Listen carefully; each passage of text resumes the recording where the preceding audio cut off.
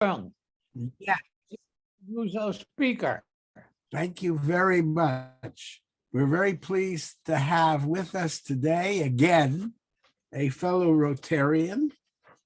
Spends part of his time between Germany and the US. Dr. Joachim Yogi Lepman was born in Flensburg, Schleswig-Holstein in 1957, which is on the border with Denmark, immediately on the border with Denmark. He attended the Altes Gymnasium, a school founded by Danish King Frederick II in 1566. Yogi matriculated at the University of Kiel, where he studied history, American literature, and philosophy.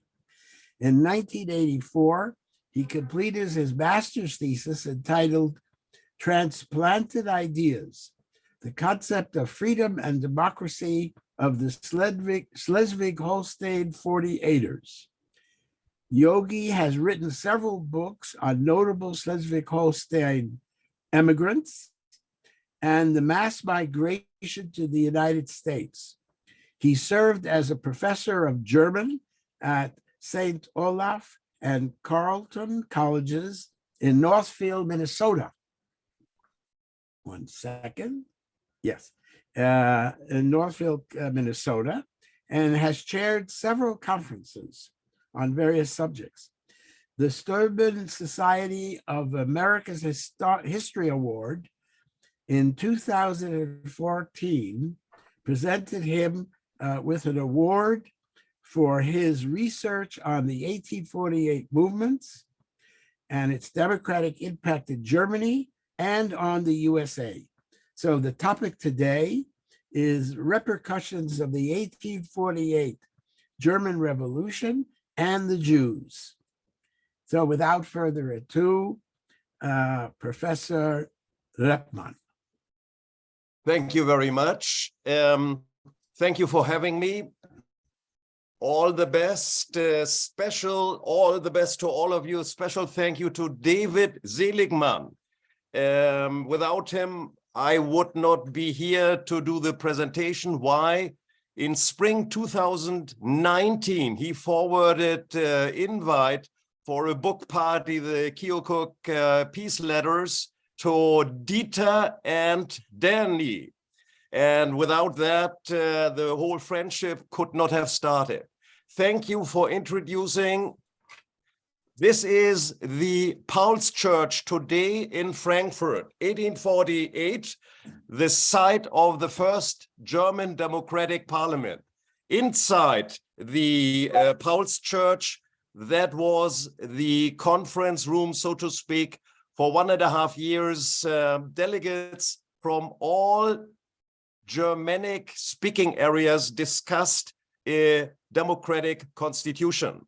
This is one of the heroes. The leading member of that parliament was Dr. Gabriel Riesser from Hamburg. And he represented Lauenburg, which is now a county in Schleswig-Holstein. He was the vice president, super speaker, charismatic guy. 1987, at the time, the governor of my German home state of Schleswig-Holstein, Uwe Barschel, published a book, wonderful publication with the main speeches of Gabriel Riesser from that time. And Uwe Barschel just had survived an accident when he came back with his little airplane. 2 of the police officers died, and he went to a hospital for quite a while. And then the book, while he was in the hospital, was published. Then after that, just a few weeks later, that is the governor, Uwe Barschel, a photographer from the magazine Stern, Hamburg, found him in a hotel in Geneva. At the time, I was positively sure because of his scandal. At the time, he tried to fight with illegal aspects, measures, his opponent, Björn Engholm, to be elected again for governor. We call it Waterkant Gate, Waterkant, Low German for the seashore line. And now I'm not that sure if he committed suicide. Legions of journalists, prosecutors tried to find out. There are many rumors, Mossad, German secret police and so on might have been involved because of his involvement with gigantic ammunition, military equipment deals. The best buddy from University of Gabriel Riesser was the main leader of the Schleswig-Holstein 1848 revolution, Theodor Olshausen. We were lucky. My friend, college friend, 1978, in the middle, me to the very left. The governor at the time, long before, quite a while before Uwe Barschel, Dr. Gerhard Stoltenberg, a historian, at a very early stage in our college, we had the idea traveling to America, needed money. So without an appointment, we had visited him and we got money. And that made it possible to do the first trips. This is Schleswig-Holstein, Flensburg, as Art mentioned, very close to the Denmark border. Detlef Krag is from the same area and a little bit east of Hamburg, where Dieter was born and raised. We have now the county of Lauenburg. The Gabriel Riesser, the notary lawyer from Hamburg, was voted from that Lauenburg duchy at the time, nowadays a county, to Frankfurt, to the parliament. But he never did campaign in Lauenburg. Gabriel Riesser in 1848, it was a little bit different, never showed up at the area. To the west, we have Bremerhaven, which I will mention later on. Just a few impressions. 2019, June 2nd, first day of the Rotary World Convention in Hamburg. Dieter and Danny came up, part of a delegation of 2 buses, 123 Rotarians from all over the world, representing 63 Rotary clubs. We celebrated the publication, the Keokuk Peace Letters. Then we took all our guests over to Denmark. This is the summer castle of the Danish Queen. And next to the summer castle, you have the world best hot dogs at Annie's kiosk. The world best beer, according to somebody from Flensburg, is Flensburg Pils, the brewery in the background. And it's the old-fashioned closing, how do you call that, flip-top closing. This is the Altes Gymnasium from 1566, founded by the Danish king. Detlef Krag and I had the pleasure to be there for 9 years. Moin Moin is howdy, cheers, goodbye, and hello. In Flensburg, we even have a weekly magazine and newspaper with that name. Talking, name dropping, Jewish Repercussion. I had the pleasure with a student from Carleton College to visit Henry Kissinger, because our governor, who supported us so heavily, is the closest friend of Henry. And we made a little video, and Henry said Bismarck is the ultimate hero of his life. And also discussing Bismarck and his relationship in the beginning, kind of the enemy of the 1848ers. Flensburg, on April 30th, 1945, Hitler committed suicide. Hours before he killed himself, in his will, he decided that Admiral Dönitz will be his successor, and he used the Navy Academy in Flensburg as the last seat of the Nazi government. Flensburg was very little destroyed and very little was left what was not occupied. So we showed that to Dieter and Dan as well. Now, 1978. How do you become interested in 1848? The governor had given money, and my college buddy from Lübeck at the car at the right corner, we traveled to Chicago and founded and discovered the Schleswig-Holstein choir from 1883. Looking to the map of the Midwest, you can see Minnesota here, black. 6 million German-speaking people came over to America, by far the largest ethnic group. And when we are traveling here in the Midwest, especially speeding, every police officer either has German roots or had been a GI during the Cold War in Germany. So speeding tickets are nothing for us because of these friendly American police officers. Coming to Schleswig, a little town in western Iowa, 1978, as you can see, Christy Miller was the charming Iowa pork queen. Unfortunately, we never met her. Nearby Schleswig, we have the city of Holstein. 1882, we came again with the money of our governor because there was a centennial. In northern Minnesota, north of Minneapolis, we have this little town of Flensburg, founded by Polish immigrants. We tried very hard. Nobody knows why these happy Polish Catholic immigrants founded a town and named it Flensburg. But this was the life-changing chart, photo, picture. 1978, after a lot of fun, drinking a lot of beer in the Midwest, and even telling our governor what we are doing with his money, in Davenport, Iowa, at the Mississippi, west of Chicago, we discovered this group photo, a gigantic amount of democratic 1848 revolutionaries from Schleswig-Holstein in a chain migration via New Orleans up the Mississippi, came to Davenport. And that changed the arc of my life. I just want to point out to the very left, Theodor Gulich, Americans pronounce it Gulich, from the city of Schleswig in Schleswig-Holstein, the smartest of the smart, brilliant, charismatic guy, founder of the socialistic Turnverein in Davenport. And on the right-hand side, Christian Müller, co-founder of that institution. 1857, that socialistic Turnverein from 1852 had its first impressive building. Some years later, a whole block, the center of every cultural activity in Davenport was this Turner Hall. Already in 1854, the first public appearance of the Turnverein with a big celebration, the Turner flag was woven, produced by 4 charming ladies from Schleswig-Holstein in Davenport.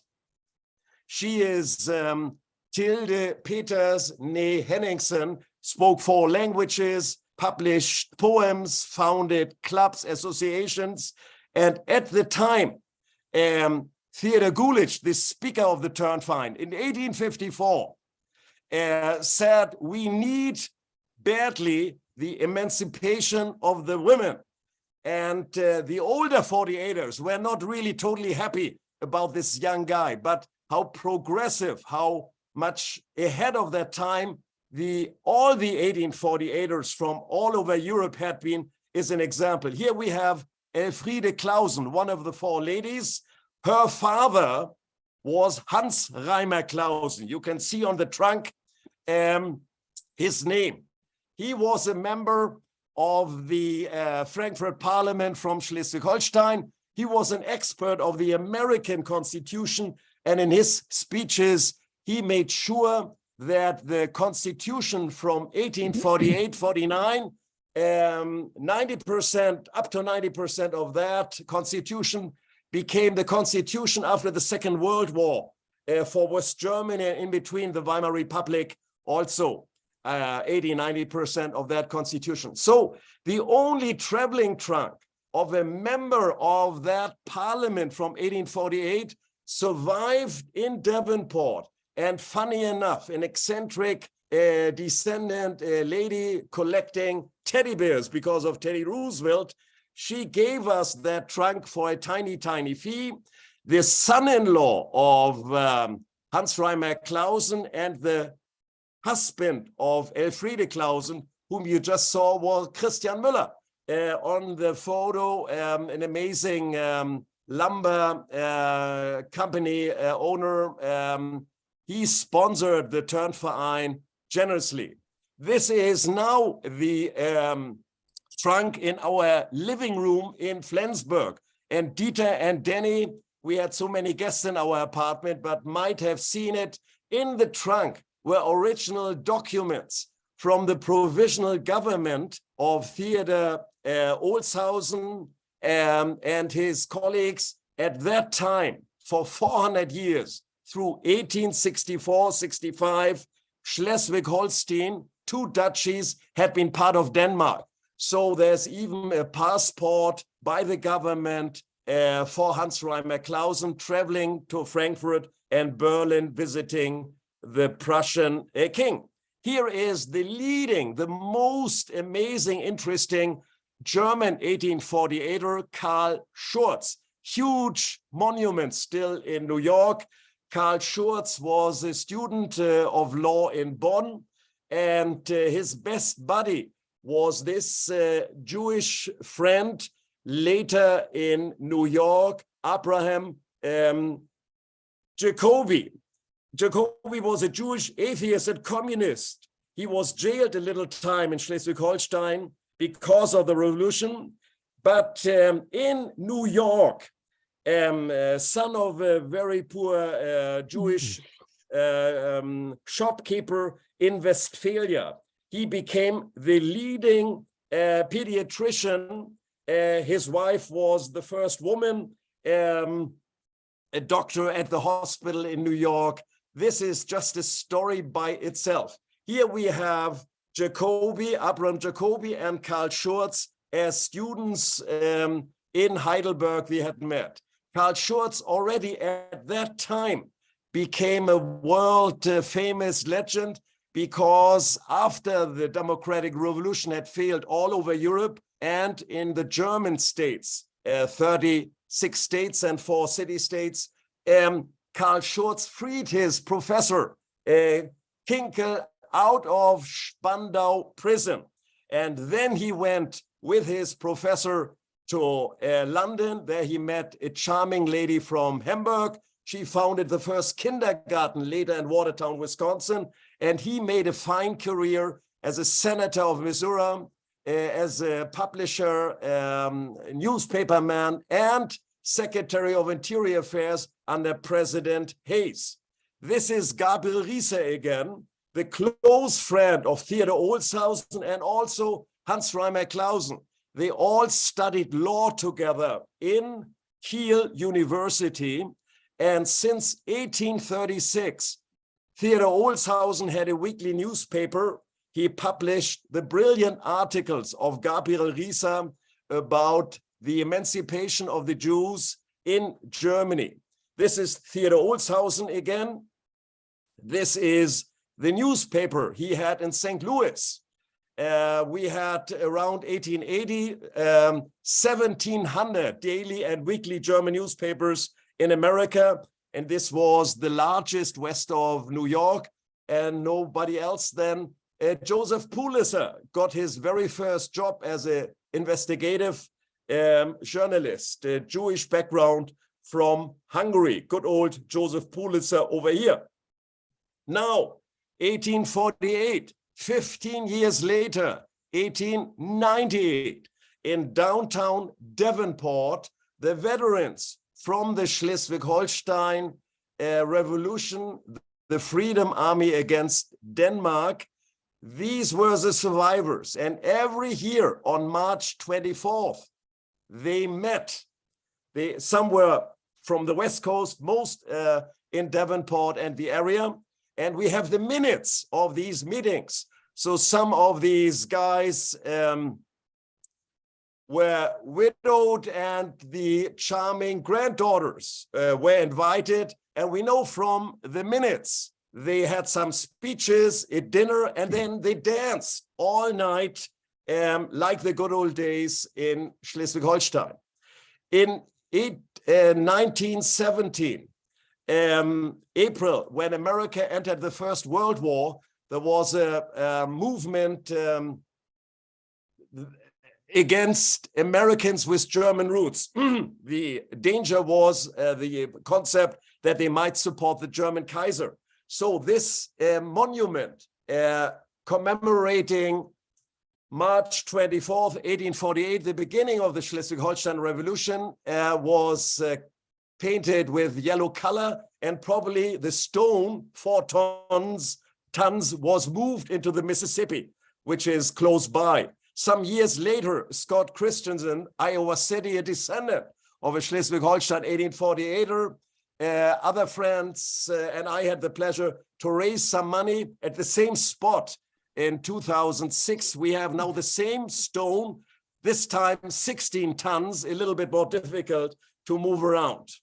Then in Kiel, because the Grand Avenue of our university town, 4 lanes in the university, is Olshausen Street. Theodor Olshausen, the best friend of Gabriel Riesser, who published all the books. He was the first, Gabriel Riesser, the first German judge with Jewish background, just amazing career. And here we commemorated some years ago at the main administration building, the 2 star 48ers from Schleswig-Holstein, Theodor Olshausen and his brother Justus, a drinking buddy of Humboldt later. And I think when we have your moral support, we don't need the money, we will get that somehow. When you support us, we would love to see kind of what you call culture of remembrance, memory culture. The same monument, what we have built for the Olshausen brothers, we might consider having that in Davenport and in Lauenburg and Hamburg. Why? Gabriel Riesser in 1856 was visiting his buddy from a law school, Theodor Olshausen, in Davenport, who was running a German newspaper at the time. And several months they stayed together. We know quite a bit about his trip. And interestingly enough, Gabriel Riesser, on the way returning back to Hamburg, he stayed quite a while on Cuba. So that is the story, a brief overlook of what means 1848. Thank you very much for your patience. Let's have question and answers. And dear Art and dear President Gerd, we have many folks like Detlef Krag who are so much better with the topic. And I can see a wonderful series once in a while about 1848 and the Jewish impact to the German Revolution, to the European development and revolution. Thank you, thank you, thank you.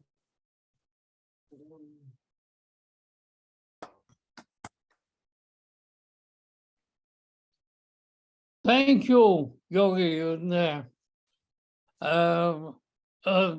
Kind of an avalanche of information, but with a lot of spirit behind it. Thank you so much. Who can I, Dieter, you want to be the first? Okay, although Robert has, no. Anyhow, Yogi, the revolution of 48 didn't last very long. So 2 questions in this connection. Was the revolution of 48 inspired by the French Revolution of the late 18th century? And of course, why didn't it really succeed? Why it lasted, I don't know, 1-2 years or whatever. Besides Gabriel Riesser, were there any other, was there any other Jewish involvement? Very good question. This is a talk. Thank you, Dieter. I have now the chance for a 3 hours monologue. To start, Paris was known for quality revolution. 1789, French Revolution. 1830, the king was kicked out, another revolution. And that revolution already in 1830 had a little impact to German states and Europe. But that's a topic by itself. And then in February 1848, a wonderful new revolution in Paris, in France, and that really swept all over Europe. For example, from the Schleswig-Holstein perspective, the Hungarian revolutionaries were aristocrats, rich guys, big libraries, a lot of money, and they failed earlier than the Schleswig-Holstein revolution. Our revolution was quite the longest. So in between Italian states and so on just failed, and we will go to that. But the Hungarian revolutionaries around Kossuth, the leading star like Karl Schurz or Gabriel Riesser in Hamburg, they came on the way to America, to Altona, Hamburg, and stayed in a hotel for 3-4 months before they left for New York or New Orleans. I don't know that. But the Schleswig-Holstein revolutionaries became drinking buddies of these Hungarians, and they finally met in Davenport. So that is part of that international unity. It reminds me of the hippie movement, 1967, 68 or so. That is similar. Why no success? What a question. That is 2.5 hours of the 3 hours monologue. But before that, it's easier to answer your question. Beside Gabriel Riesser is second Hamburg lawyer, notary, Heckscher, Jewish background, was voted to the Frankfurt Parliament. I don't know the exact numbers, but there was quite a contingent. And the fact that very soon Frankfurt realized Gabriel Riesser was one of the sharpest knife in the drawer, he became vice president. And then he also was voted in to, after in early 1849, the Constitution, after long, painful discussions were finished. Then the parliament in Frankfurt decided that a deputation, a delegation, would bring that constitution to the Prussian king and ask him to be the emperor of a united Germany. And Riesser was part of that. And the Prussian king, who on March 17th, 1848, the first time students, laborers, journeymen together had a revolution in Berlin, barricades, and pushed the Prussian king to be on the liberal side. But in 1849, the old forces were kind of back, and arrogantly the Prussian king declined the offer of the constitutional democratic monarchy when Riesser and his colleagues offered the job of the Emperor of Germany. Later, Gabriel Riesser commemoration in the entrance area of the City Hall in Hamburg is a huge column and relief, a stone half face of Riesser. So he never was forgotten in Hamburg. And later, Henning Foscherau, brilliant Hamburg mayor, gave a talk about Riesser and published a book, Hamburger Köpfe. And he said, let's just dream a little bit. If Riesser and his delegation would have succeeded, if the Prussian king in 1849 wouldn't have been the dingbat as he had been, so much different would have been the history.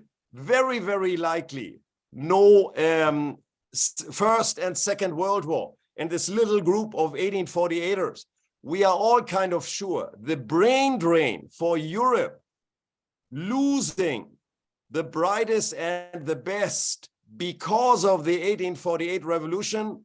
The Danish king excluded guys like Theodor Olshausen, Hans Reimer Clausen from the general amnesty, and others just didn't feel, they didn't want to live under the Danish rule in Schleswig-Holstein again, and so there was quite a movement over to America.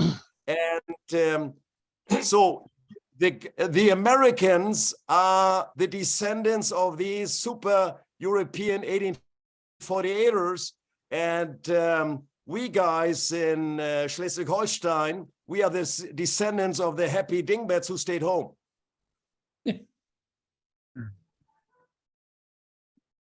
Art, you have a question? Yes, please. I wonder, in terms of the history of the German states at the time, of course, this is all before the reunification of Germany in 1870. Under Kissinger's hero, Bismarck, I believe, how did the different parts of Germany react to the revolution? The parliament in Frankfurt, you mentioned, right? Yes.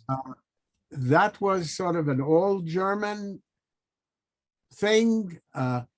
Were there delegates to it from the different states of Germany? How did it function? Wow, thank you, Art. Another 3 hours monologue. We have now the pleasure to welcome Stefan Schlüter from Argentina, Buenos Aires. He is a happy Hamburg guy. Stefan is a Holocaust expert. Just wave, Stefan. I did not answer the question of Dieter. I go one step back, Art. Why no success of the parliament? And it is heartbreaking when you read about the persons in Frankfurt, how much they had been ahead of the time, just looking at the Schleswig-Holstein situation. Days before the revolution started on March 24th, 1848, Theodor Olshausen, the father of Theodor Gulich, Dr. Gulich, who was also a member of the parliament, and 3 others went to the Danish king. Going back to David Seligman, his wonderful thoughts some days ago, weeks ago, about nationalism.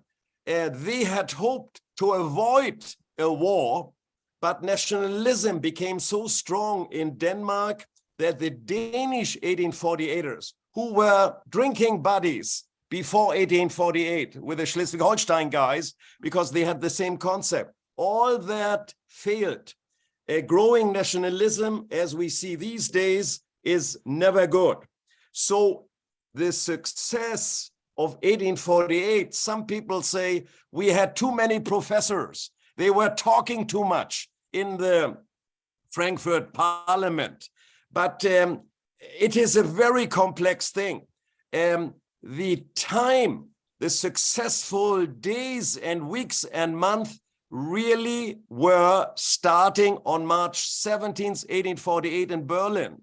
Then the election of that parliament, the first kind of democratic election with some campaigning and so on from all German-speaking parts, even Tyrol, Northern Italy, German minority. members were voted into the parliament. And then it took forever to work on the constitution, and then the momentum and many steps in between that the German states, especially Prussia, the Prussian king and his army was back on stage. And all the activities of the Freedom Army, like Karl Schurz in Rastatt, the final kind of battle between the 48ers and the Prussian army, failed, and Karl Schurz, through a drainage system, made it out, hiding, freeing his professor, and then coming via London to America. So going back to Bismarck, 1848, Bismarck was the enemy of the 48ers, and how things are going in politics. Karl Schurz, a co-founder of the Republican Party in America, 1854 in Wisconsin, soon became a close friend to Abraham Lincoln. When Lincoln became president, Karl Schurz became the ambassador of America to Spain. And in order to go to his new job in Spain, he had to travel through Prussia. And he was on the top of the most wanted list in Prussia. So Bismarck immediately gave him way of right, and they met. And we know that from the memoirs that Bismarck organized for his enemy from 1848, his favorite wine, Karl Schurz, was from the Cologne area. And we know they drank all night, and then Bismarck, several years, tried to get Karl Schurz as a charismatic politician back to Germany. So Bismarck kept his philosophy and so on, but he realized he was smart enough that Karl Schurz would be ideal, brilliant for Germany. So with that story, I hope I could answer a little bit Dieter's question and Art's question as well. Thank you. David. Right. Following on from the questions as well, one wonders about the all of Europe during the 1848 and the kind of disturbances that took place. Very few of them, in fact, succeeded, but were important because they set the seeds for future events and future thinking and so on. I was wondering various things as you were talking. Why Davenport? And then I thought of the Jewish migrations that came out of Eastern Europe before the First World War, immediately afterwards. Also, in all kinds of countries, you find groups settled. It became Landsmannschaft, where they would establish settlements of their own that became identified by the place that they came from. So one wonders why Davenport specifically, but that's just a thought by the way. What really struck me was the 1848, and suddenly what came to mind and made me go back to the books was 1968. Now, we also had upheavals all over Europe, all over the world, lots of places. If you look up the references, you find it goes, from the Caribbean to Europe to different parts of the world. Now, one wonders what influence there was from the 1848 thinking to the 1968 thinking. What parallels can be drawn? What did we learn from the two?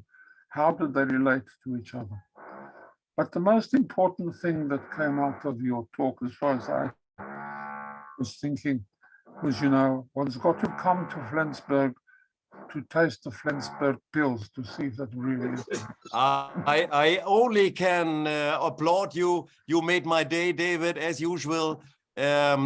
We will do the ultimate bar hopping with Dieter. He knows already a little bit his way in Flensburg. No, this is when I feel homesick, which is not 24/7 in the last 30 years, Get and I commute between Flensburg and Northfield. It is really the Flensburg Pils, but we discovered there's an import via Texas of Flensburg Pils, but to be in a pub drinking on tap, and when you say moin moin, you are a chatterbox. In Flensburg, people are kind of introverted, like Minnesota, you just say moin, but that means hello, how are you, and cheers. So you survive easily in our area with moin. Why Davenport? 1846, there was the first group, farmhands and already a few intellectuals from the Kiel area, Propstei, who made it via New Orleans up the Mississippi to Davenport. They wrote letters back, and immigrants, you know that maybe even a little bit from your experience, like being on vacation, it's raining cats and dogs, and you write a postcard and write home, oh, we have the best time and sunshine and so on. These immigrants from all over, and especially the Germans, I guess, they wrote wonderful letters back. It's paradise, and the chickens are already fried and flying through the air, and everything is A+. So that started a chain mass migration from North German Schleswig-Holstein to Davenport and the surrounding Scott County. You mentioned the East European Jews, very strong immigration to America, and we work a lot with the Leo Baeck Institute, and a mutual friend of Stefan Schlüter and myself, Carol Kahn-Strauss, who had been running the Leo Baeck Institute. They are not concentrating on the Holocaust, they are concentrating on the Germanic Jewish immigration to America. 1968, you use that keyword. It somehow reminds me the spirit of 1968, Woodstock generation, peace, flower power. That is a little bit similar, I think, to the spirit of the time in 1848. And what is so startling and disturbing and heartbreaking, and that's my life topic mission since 1978, since I discovered that photo, this group photo of Schleswig-Holstein 1848ers in Davenport. Germany, with its history, disastrous Second World War, to the whole world. And there are parts of a democratic history we could be proud, or at least should mention it. But somehow there's very little interest. It has changed, but 1978, when I was a student and started giving talks and so on, basically there is no interest in 1848. This year, we celebrate 175 years of the Paulskirchen Democratic Parliament. There will be stories, even cover stories of Der Spiegel and so on. But then a year later or so, the topic is nearly there. It has changed a little bit. But when you look to most parts, education, Jewish emancipation, in all areas, the 1848ers were visionaries, were 100 years before their time. I just should mention the delegation, 1848, before nationalism in Denmark was too strong. They had hoped, Theodor Olshausen and Hans Reimer Clausen, to talk with the Danish king. The Danish 48ers organized that meeting, but the Danish king had no chance to stop that nationalism movement. But they suggested, in between Flensburg to the east, Tinglev, church county-wise, districts, Kirchenspiel-wise, there should be a plebiscite if the people would like to be part of Denmark or a German Schleswig-Holstein state, because all over Schleswig-Holstein in these 400 years, the vast majority spoke German, Low German or High German. And then nationalism and independence kicked in. So that concept of a plebiscite from these guys in early March 1848 was later used by the Versailles Peace Treaty after the First World War. And then we had the same plebiscite kind of these 48ers had already suggested. 68, Davenport, Leo Beck. Did I cover everything, David? Yes, yes, thank you. Thank you. That was fascinating. But David, Detlef Krag, where is Detlef, the professor? Yeah, he is the one. He will have easily a 6 hours monologue for all that. Oh, yes, we have We can have 10 meetings on the subject. Robert. I see my dear friend, Robert, Bob Hammer. Yes.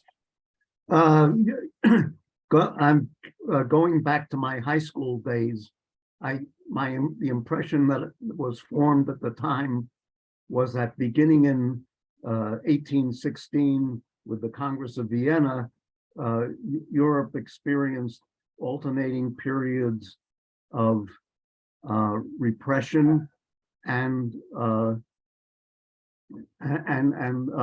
liberalization, liberal democracy. And it was really something that continued basically through the end of the 19th century.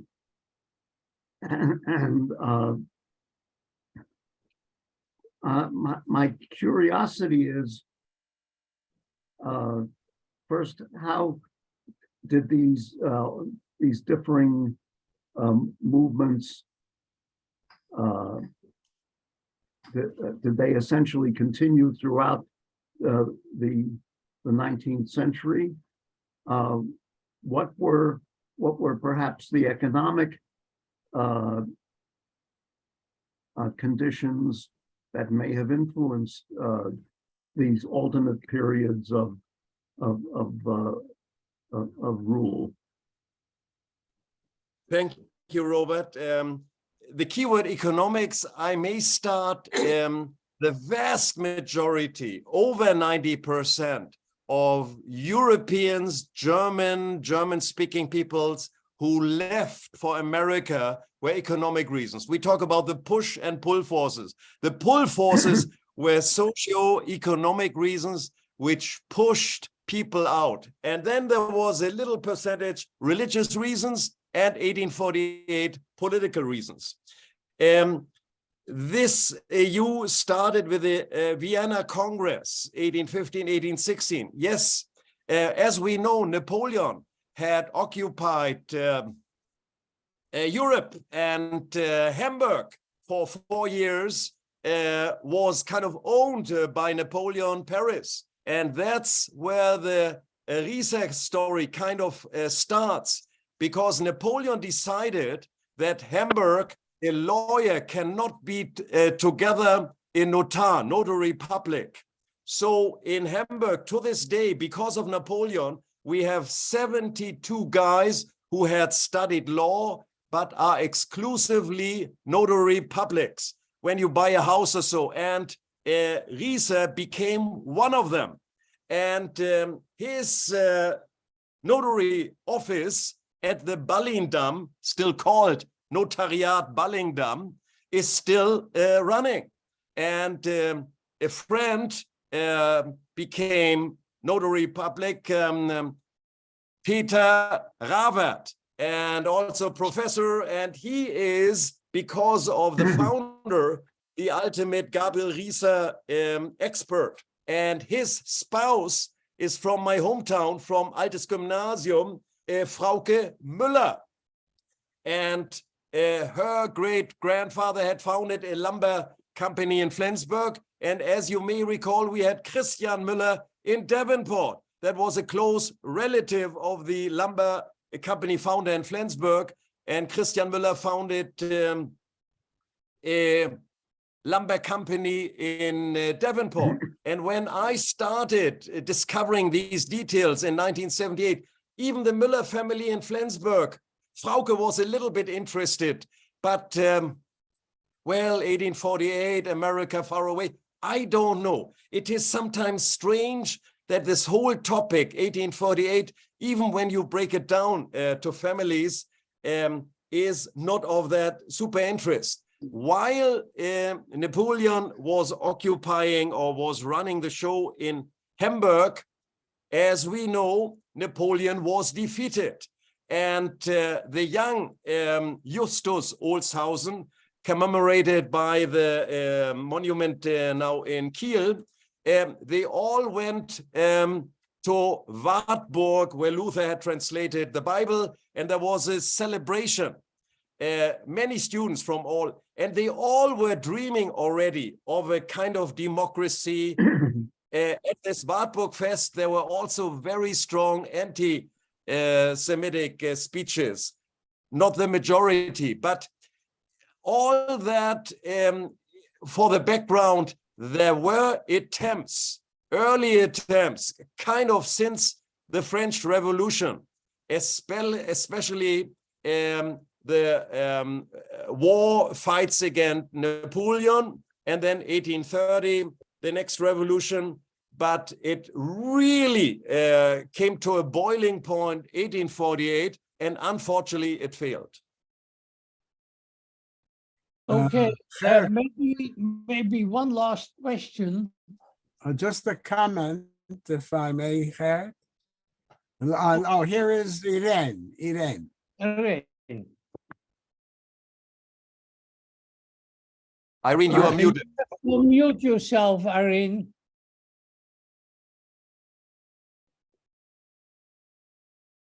While Irene is working on her computer, I just can say she is born and raised in Leipzig, and Irene and I, we are just working on her visit to Leipzig because I have a very close lady friend. I picked her up as a hitchhiker in the GDR behind the Iron Curtain 1980, and we will roll out the deep red carpet for Irene in Leipzig. Irene. If I may ask a family question.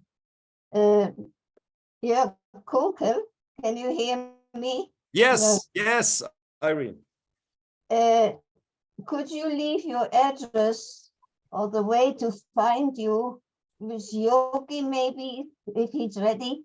Because my grandfather was a Kunkel and my mother was born a Kunkel. And I really would like to know whether we have more relatives. We work on that, Irene. I promise that. Thank you. And again, Detlef is maybe the star of answering possible those questions. He knows the archives better than his wallet. Thank you, Irene. Yes. But Kunkel is a very popular name. I remember a teacher of our school, Yogi, who was called Kunkel, Dr. Kunkel. He was teacher of biology, I think, but there are many. Art, you had Just I have a question. Just a closing comment, Gert, that among the other Jewish connections to 1848, especially with Gabriel Riesser, who was very active in the Jewish reform movement in Germany. And that was also a transfer, a blood transfer to America with other German Jews who had come before and come since. So there is definitely a link to, I don't know how many how many Jews left Germany after 48, those who were doing so for political reasons mostly, liberty, that in fact were a major or maybe not so major influence in the development of Reform Judaism in America.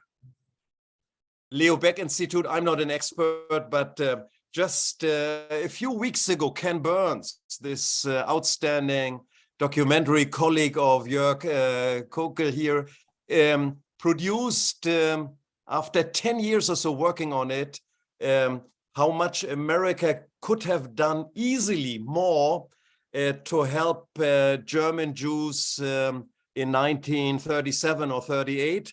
It's not to put any blame or so, but the situation in America and the possibilities of the Roosevelt administration would have been so much more. And he goes into details, very emotional, very, very moving on Netflix and so on, or PBS, I'm sure everybody can see it. Wonderful production. And that covers that question also a little bit, the history of German Jews who came to America. Think about Strauss, Levi Strauss jeans, and this Abram Jacobi. There is a success story of amazing biographies and the impact to the American way of life. Thank you. Okay, thank you so much, Yogi. I have the idea that we could continue this discussion for about 12 hours. Yes, let's do it. This is my lifeline here. But This is an overdose of cocaine for me. Yeah, but I'm afraid that I have to leave, for my wife is going to give a lecture in 1 hour, and I have to be there. So I want to thank you, and I think we must talk about it, Art, whether there are other subjects related to this jump into history, for history has always fascinated me, and this is again fascinating. Also, when I think of 1848 did in the Netherlands, it was a completely different story, but also interesting. And I'm not an expert at all, but okay. I'm afraid we have to close this meeting, but one last word to Art, as usual, to announce the speaker of next week. Well, for